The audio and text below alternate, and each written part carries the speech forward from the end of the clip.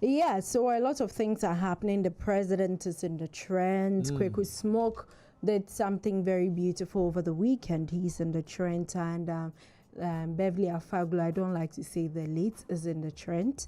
And also Nigeria, our neighbors, brothers, sisters. A lot has been happening in Nigeria.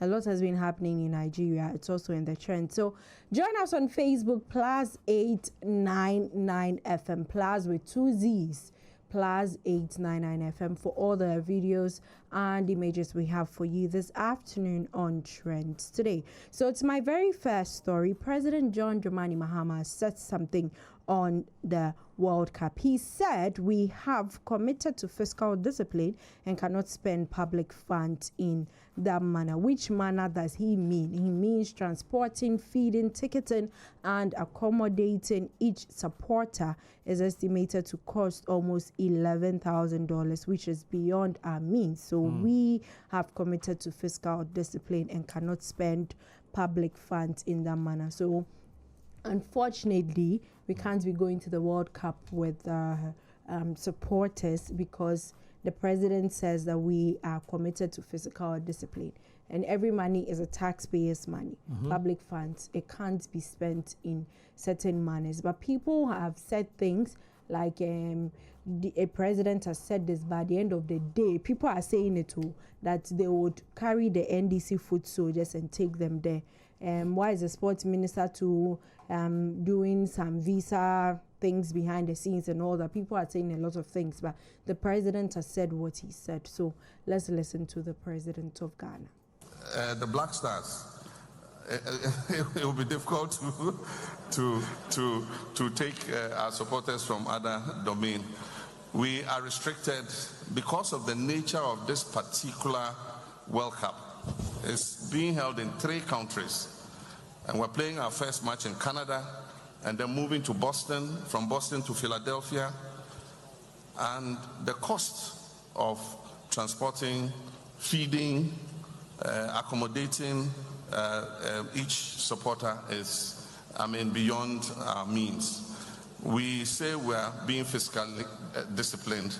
We cannot, spend our money in that manner. The cost approximates for each person to be fed, accommodated, transported, and all that, to watch the games, tickets, and all that, is estimated at almost $11,000. And so, how many can we take? So, we're concentrating mainly on the supporters' unions. They have a tradition of following the team to different places. They've been here to the UK, they've been to Germany, and they are registered members of the supporters' union. But what we're doing is we are procuring tickets for Ghanaians in the diaspora who want to attend the games. And so if you want to attend the game, you will get a ticket to attend the game. And so we have organized our chapters, our Ghanaian citizens in Boston, in Philadelphia, in Canada. And so the tickets that we have purchased, we would give to them to be able to watch the match. If any of you want to travel across and get tickets, I think that there's a way we can manage for you to get to watch the games. Thank you. So that was what the president said about the whole taking the supporters and all that to the games. And so he said that the government is actually working to take the supporters union, because we know that they play a pivotal role when it comes to supporting the Black Stars when they travel to play games and all that. And this is also the World Cup, and so we would need them there to give their full support. So unfortunately, all the people that want, but those some people in the diaspora will get to go. The World Cup is not happening in one location. I think it is fair because looking at the nature of the game, as the president rightly mentioned, 3 different countries. If we have to fly, let's say 50 people across every game, Canada, Mexico, USA, in that pattern, it's a lot of money. And then we have no be small Mexico. And then we have Just say Mexico. And then we have Ghanaians. Please say the Mexico first before you continue. Mexico. And then we have, Ghanaians in diaspora. Yeah. So if the home people cannot go, the away people can represent. Yeah. And it is fine. It is fine. Yeah. Because why do we all need to be carried there to play? And you know the mindset of some of the Ghanaians, when they take them, they don't come back again. Yeah. I have nothing to say about that. About these things, my pastor will see me in church and say, whoa, Jeff, for number whoa. No, but if you get a chance to, fly out and join the World Cup, sincerely, from the bottom of your heart, oh, Baba. Oh, I'll come back. Okay. My parents are here. My siblings are here. Why won't I come back? I'm a very patriotic citizen. I've heard someone say this before, but the person is not in The Ghana person is anymore. still not back. Maybe one or two things has prevented him or her from coming You will back. always find one or two I will things. come back. Anyways, to a very good story, let me put it that way, interesting story. Yes, Kweku Smoke set the electric Brixton ablaze with thrilling London performance. Yes, so Kweku Smoke did something very, very exciting on Friday where he had a show in London. I wanted to ask the entertainment people, why is it all happening in London? I think we have lots of Ghanaians in the UK. That's part of the reasons why you would love to, select that country for an event of that magnitude. Yeah. Yes. I mean, you don't want to go to, let's say, Canada when there are Ghanaians there, but the target audience you're looking forward to might not be present at the event. And then, you know how the news goes. Yeah, because I think we should have a conversation about it, because I've been wondering, Shatta Fest is UK, Stone Boys will be UK. So Dr. I'm wondering why, was in UK. Exactly. So I'm wondering why everybody is going to the UK. Anyway, so Kweku Smoke did something very amazing. He had support from Sarkodie and Shatawale, and it was a sold out concert. Yeah, so that Shatta, Kweku, and Sarkodie popping champagne. When you pop champagne, it means that like something good has happened, something overwhelmingly beautiful has happened, and so you need to pop champagne to congratulate yourself. So you can join us right now. So that's a video, yes, and that's the performance from Sarkodie also up on our screen now. Where Sarkodie, you could see that the place was sold out, like it was sold out. You don't have anything to say about it. It was sold out, and the fact that our Ghanaian acts are selling out arenas, selling out places for such events, it's beautiful. Yeah, it is. It's laudable. Like, they keep putting Ghana on the global market. And I love the intentionality in which they are doing it in recent times. It's been back to back. Back to back. It tells you that Ghanaian artists are international. It's not just international, it's international. It's out of this world. They're out and about. Exactly. They are going, like, everywhere they step. We global like that. Yes. So can we have the performance from Kweku Smoke too? Yeah, so that Kweku Smoke selling out the electric Brixton in London on the 29th of May. Yes, very beautiful. You could see lights up. And I think I like the stage setup and everything. Everything was very beautiful. Like I said, it's laudable. So we need to applaud Kweku Smoke for doing such a thing. And he even posted on his social media and thanked some people for this very laudable one. So he said, big thank you or big love to the Oracle Sarkodie. Your love and support from you over the years have been nothing short of unconditional. Thank you for always showing up for me, big brother. Live forever. He thanked Bolare, Shatawale, Kwamna MP, Kidi, Osekrum Sikeni, and OG brothers for coming through for him. Said their love, support, and everything meant the world to him. And I feel like when Ghanaian artists support each other, like it's a nice thing, and we should commend them for doing that. Sarkodie and Shatawale were there to support, and then the other artists that he shouted out to, like Kweku Smoke, Charlie, I salute you. You've done a very amazing thing. Yeah. Yeah, what do you have to say about it? I think, as I mentioned a while ago, the intentionality of putting Ghana music and, you know, our craft out there is beautiful. And then big ups to the, you know, patrons as well, because clearly we are loving our own and we are purchasing tickets and making sure our artists get all the supports as well. And so, yeah, big ups to them. We're waiting for the next line up of events that is coming up. That's from the camp of the Beam Nation president, and of course Shatta Fest, all coming up in a few as well. It is looking beautiful, and we are loving every bit of it. Are we wrapping up or we have some more? Yes, so to my very next story, Beverly Afaglo, her 1 week was over the weekend on the 30th of May, and we saw so many mourners, so many well wishers at the 1 week observation ceremony of the late Ghanaian actress Beverly Afaglo. There was a video where they released hundreds of balloons in a solemn act of tribute to her memory. That's it on our screen when it was released. Yes, and this particular story, I saw videos where some of her colleagues were speaking or paying tribute to her, and the speeches alone, like very, very emotional scene at the 1 week ceremony. It was sad. Gloria was there, Rosalind Ngiza. Rosalind Ngiza actually is like very, very close to her. Yes, because there's a video, I said it the last time, there's a video where Beverly was asked who she's very close to in the industry, where she mentioned Rosalind. So most of the old actors and actresses were there. So that's Irene Opari in our cards, that's Vivian Jill Lawrence. Nana Mama Brown was there. She even said that her flight delayed, but she still had to be there to support. Yes, it was a very, very, very sad one. But the very one that got me very emotional was the speech from her husband.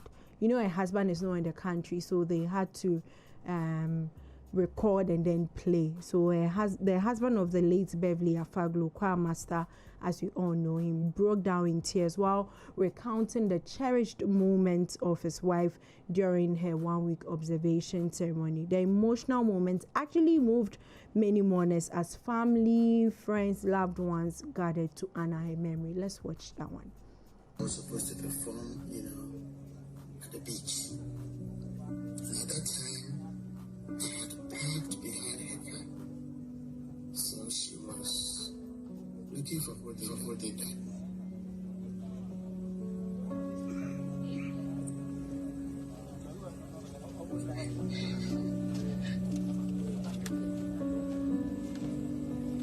So somebody directed it to me.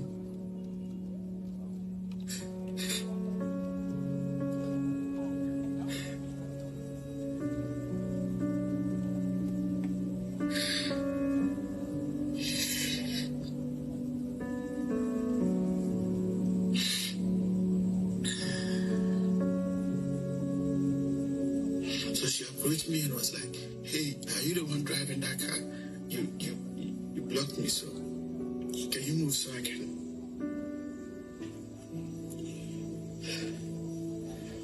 So I was like, "Hey, who is this gorgeous woman coming close to me?"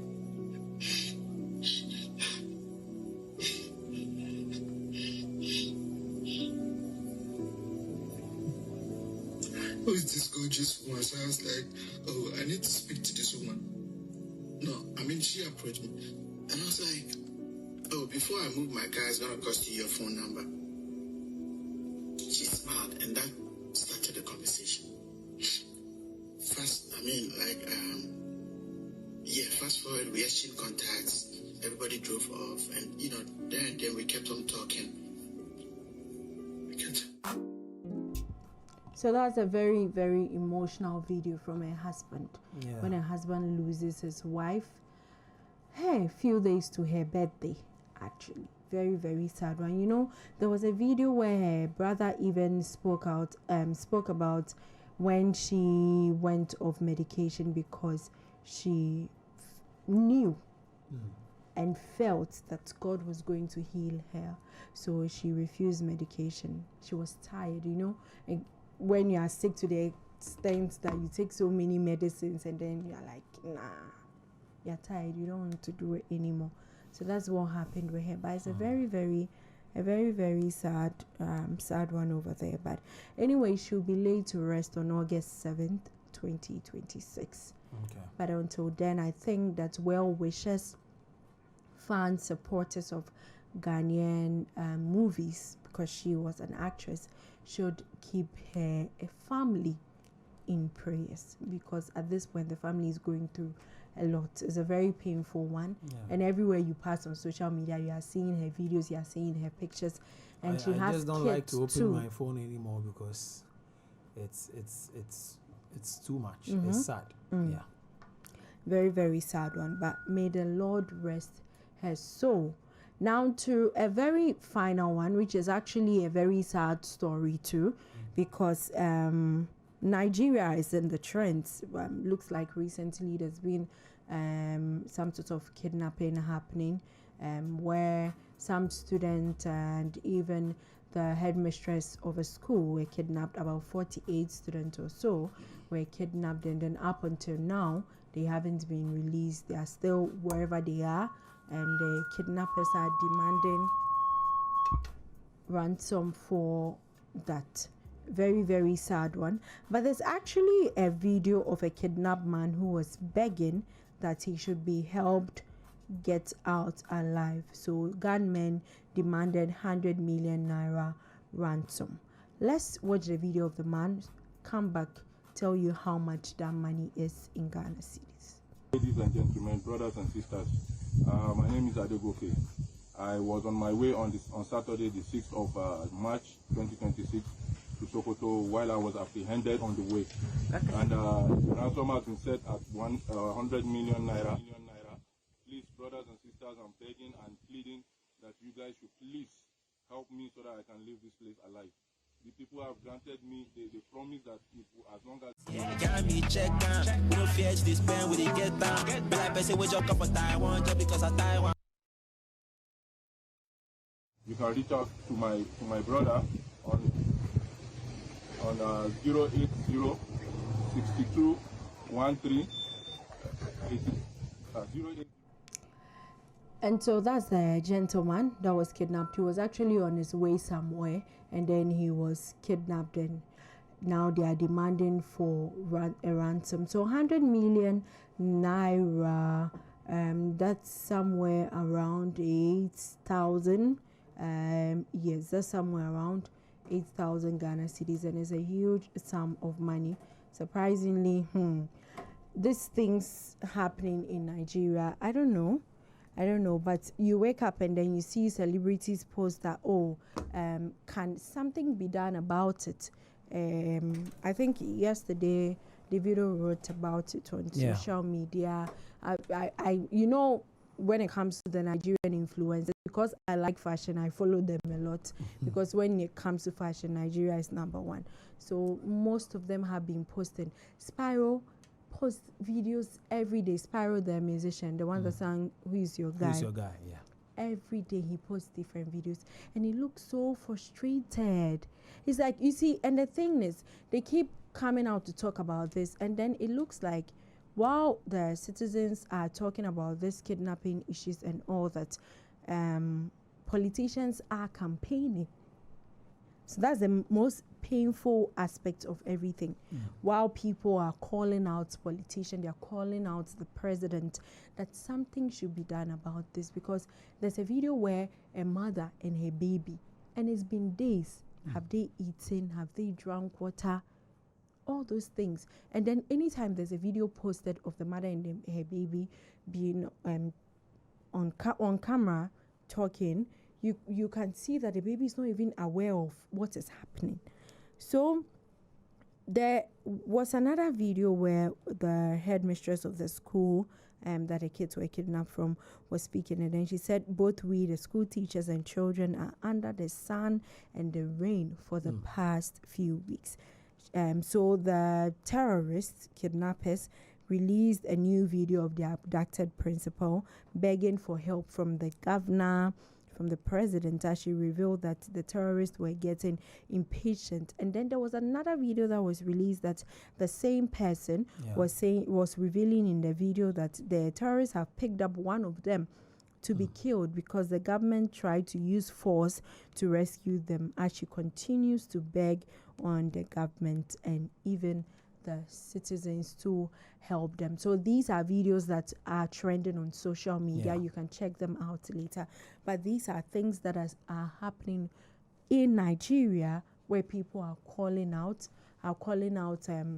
the government, are calling out people who are in government, people who have power that can help, because it looks like it's getting out of hand. And even today I saw videos where some people were protesting. There's a place called Mokola in Nigeria where they were protesting, like that something should be done about this, because it's serious. It's getting scary by the minute. Yeah, it is just bad. I mean, and they make a lot of demands. I've seen a lot of videos. I've seen a gentleman do a video and say that in case he's kidnapped, the family shouldn't pay a dime to anyone, because he knows they will still end him, whether they get the money or not. And so it's getting scary, by the minute in Nigeria, and it's not going to help in so many ways. Because if I'm a business person, I will not, have plans of opening a branch in there or investing anywhere. It's actually very, very sad that these things are happening. And if it is true that the politicians are still campaigning while these things are happening, then it's actually not a good thing. I mean, the people you are begging to come vote for you are the ones being kidnapped, and you are ignoring. Exactly. So do something about it, and then when you are done, you can concentrate on campaigning, because they don't understand exactly what is going on in the country. On Children's Day, so many influencers who have kids came out to share videos, and we're like, they have kids too. So it scares them that these things are happening to kids. Some kids, 48 kids, are somewhere in the forest too. They don't know if they've eaten. Just like the headmistress said, they're under the sun and the rain every time. So it means that they are demanding for random. So I forgot to mention that with regards to the man that said he had been kidnapped, he was on his way somewhere. There's another video of the kidnappers actually flaunting the money. And there are some videos where they are not even hiding their faces. Everything is just bare. And I'm just wondering what the African Union is doing, because they need to not just African Union, ECOWAS too, because it's a West African country. ECOWAS too, because something needs to be done about it, not just this. When there was a whole back and forth between Trump and then Nigeria and all that, and then now we've come to this. It's very sad. We are pleading with the authorities in Nigeria to do something about it, because you wake up and you see different videos and it's disheartening. It gets scary every time and all that. Anyways, on that sad note, that'll be all for Trends today. That was quite a downer.